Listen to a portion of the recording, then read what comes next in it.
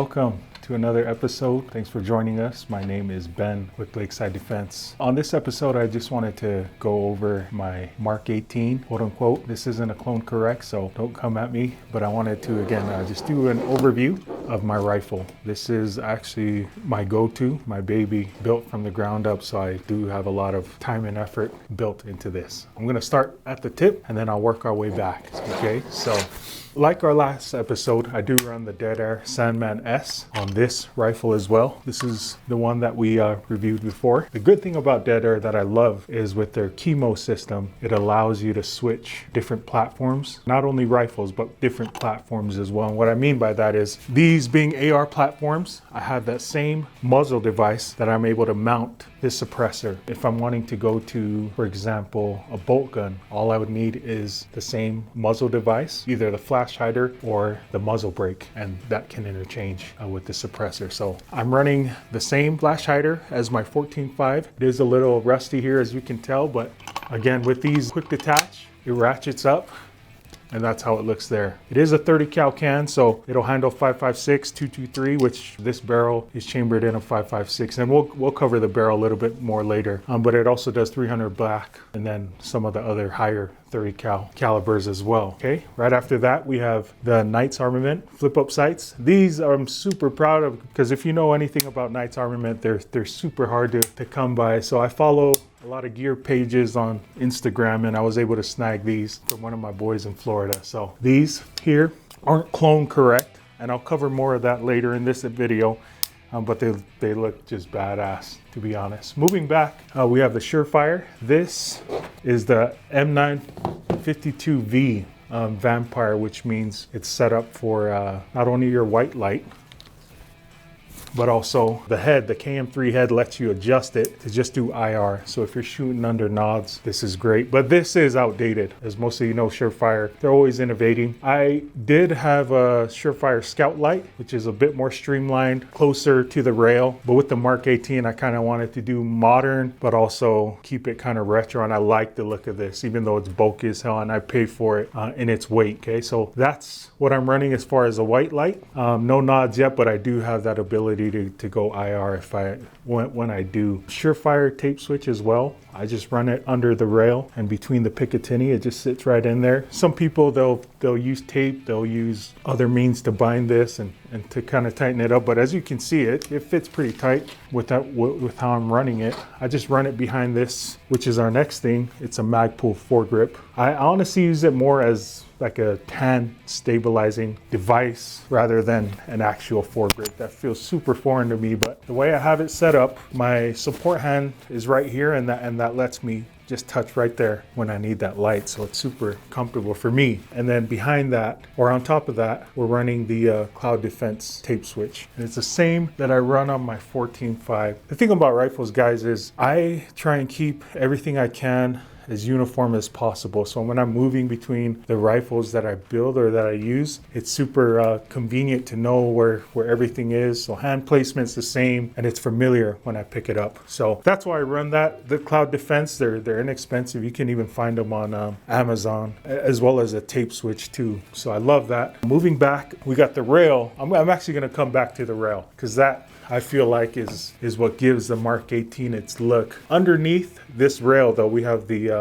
Daniel Defense. They make their own Mark 18, and that's a barrel that I was able to pick up here locally. It is a 10.3 inch barrel, and that is a clone correct size for the actual Mark 18. So 10.3 inches. And as you can tell, I do run a stock. It's an SBR, it's a registered SBR. For those of you who aren't familiar, anything under 16 inches as far as barrel length. And by the way, at the time of this video being filmed, ATF is putting out a ruling on pistol braces. So I guess at this point it doesn't matter. Anything under 16 inches, you're needing to register it as an SBR. So I run a stock because this I registered a couple years ago, and I got that Form 1 on it. Same thing with the suppressor. It is another NFA item, unfortunately, that you have to pay your tax stamp and wait. So SBR, suppressor, that's what we call a two-stamper.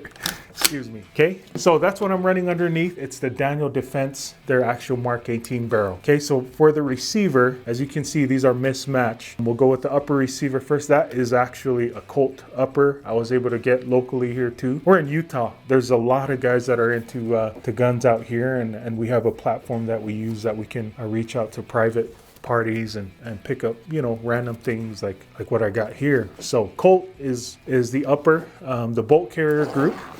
It's super dirty right now. I barely cleaned this thing, but that's a Colt bolt carrier group as well. For the charging handle, I'm running the Noveske super badass charging handle. This one I love. It's ambidextrous. It's just like those Raptor or the Geisley ones. The Geisley ones, I believe I'm running the Geisley in the 14.5. So again, going back to familiarity between your platforms, that's why I loved it. And then Noveske, obviously, if you don't know already, we're big fans over here at the Lakeside of Noveske. That brings us to the lower receiver. It's kind of janky right now because I did the, I just rattle canned it, but this is the Gen 1 Noveske lower. This is the very first ever Noveske product that I bought. That's why, part of the reason why this is my go-to, because it was hard finding that even back when I got it. There was times I was tempted to sell it, but you know, in the short term, I'm happy I didn't, because again, these are hard to come by, and I've got 2 of them. So you can find them though. There's groups on Facebook and Instagram that you're able to meet with collectors and do trades and whatnot. But they're anodized black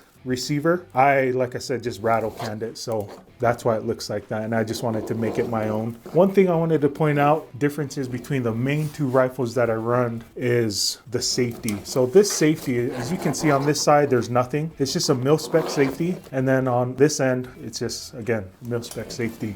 On the other rifle that I reviewed, I'm running the ambidextrous safety, which for that platform, I like it. So with familiarity, there's little changes here and there, but the way I use that rifle and the way that I use this one is a little different. So that's what you'll see as far as differences across the rifles that I use. With longer range, I like to have kind of a thumb rest on that 14.5, so I'll kind of rest my thumb on the other side of that safety to give me some stability there. So just a little quick thing about that. Moving 5, we have the B5 SOP mod stock. This is my absolute favorite stock. I used to love the Magpul, the slimline stocks, and I still do, but the B5, it's comfortable for me, but also just aesthetic, right? If you're into clone guns, aesthetics are everything. I'd say even more so than comfort. The B5, this isn't an enhanced one, so as you'll see here, there's no battery tubes or storage compartments on this one, or the one that I'm running on my 14.5. Just, I do save a little bit of weight. Kind of wonky because I got this big flashlight that weighs a ton, but this one that's kind of more slimline. But again, with the B5, I love it. Just easy to adjust. And then it does have the QD mounts as well that you're able to mount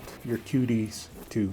With the extra padding, again, it just comes back to comfort. And then shout out SupDef. Got the sticker here. It does improve my accuracy a little bit. The aim point I'm running is a T1. I'm not a cool guy. I'm not running a T2, but I was able to get this a great deal for this one. So I'm running the T1 here. The Geisley mount that I have is Super Precision Co-Witness. Again, I don't run nods yet, so I didn't have a need for a higher mount than this. And I haven't, in all honesty, I haven't run a higher mount. I'm hearing a lot of people that don't run nods that like the higher mount for the comfort level of having your head not so far down like I do here. But I've been shooting this so much that it's not comfortable, not uncomfortable for me, if that makes sense. I know I can make an improvement always and try other platforms, and who knows, it can change along the way. But that's what I'm running there for my optic, and I love Aimpoint. EOTech as well is another optic that's clone correct. If you're familiar with the EOTech, it's the big hollow sight. I have an astigmatism in my eye, so with EOTech's optic, the circle dot, many of you who have an astigmatism know full well what I'm talking about. It looks like dog shit. It really does. It's just a big red blur, honestly, for me. So with the Aimpoint, the battery life, that's what everybody talks about, the battery life and just how rugged these things are. I'm not too hard on it. I'm just a civilian that enjoys shooting, that enjoys the Second Amendment. So I'm not running and gunning every week. I'm not carrying this as for my profession, but there's scratches all over this thing. The lens has gotten foggy, has gotten wet. Cleanup is easy, and then I just like how they included these dust covers too, or just the covers for the lenses. So again, this is what I'm running for my optic, and then the rail. This is what I wanted to cover. When you're talking about clones. The rail on a Mark 18, it's kind of what makes it. Now this is the mod 1. There was a couple Mark 18 mods before this one. This is what I enjoy the most. This rail is called the Riz 2 rail, and it's made by Daniel Defense, so they are contracted to manufacture this, and it's just beefy as all hell. I love it, and that's kind of what gives the mod 1 Mark 18s like their signature look, is that quad rail. And again, this is a quad rail I didn't buy in a store or online. Shout out to Utah Gun Exchange. I was able to find this for a great deal and a guy local to me. So the rail, I wanted to point out some things here. It is a little heavier than the M-Lock that I'm running there, but one, aesthetics. That Riz 2 is just bomb-proof, and it looks bomb-proof because it is. There are some drawbacks, however, that I would say, and they aren't like too bad, and they aren't deal breaking, but with the M-Lock, there's slots everywhere, little QD mounts that you'll find right on the rail that you can mount your QDs to. Here, I had to grab a Magpul adapter so I can get that QD mount in there, but there's companies that make this, not just Magpul, but it's something very small. And as I was thinking about this video, I'm thinking, what's a con, I guess, for the quad rail, and there really isn't any, unless it's weight. Some people will put the rail cover that has the padding on. I don't feel like I have a need for that, especially if you're running gloves. In Utah, we're half of the year is in the cold, so we shoot with gloves on. And then suppressed as well. If you're shooting suppressed, you know how hot the rail can get. So gloves help a lot. Talking about heat dispense, this is great for that, because I can shoot this without a glove. If we do a full range day, then I'm still fine putting maybe 500 at most. I don't shoot that many rounds if I'm out, but it's still comfortable enough to hold without a glove. And that's one of the pros about the quad rail. But again, the Riz 2, that's really what makes a Mark 18, and it gives it that look. But this isn't a clone correct Mark 18. This is kind of clone, kind of not, but Viva Noveske. That's what we run here. So thank you so much for joining. Subscribe to us. Follow us on Instagram. We'll have merch that we're putting out. If you're local in Utah, I do have a lot of sales that I'll keep kind of underground. That's not on my website. We do bolt guns, pistols, ARs, and ammo as well. So again, thank you so much for joining us, and we'll see you next time.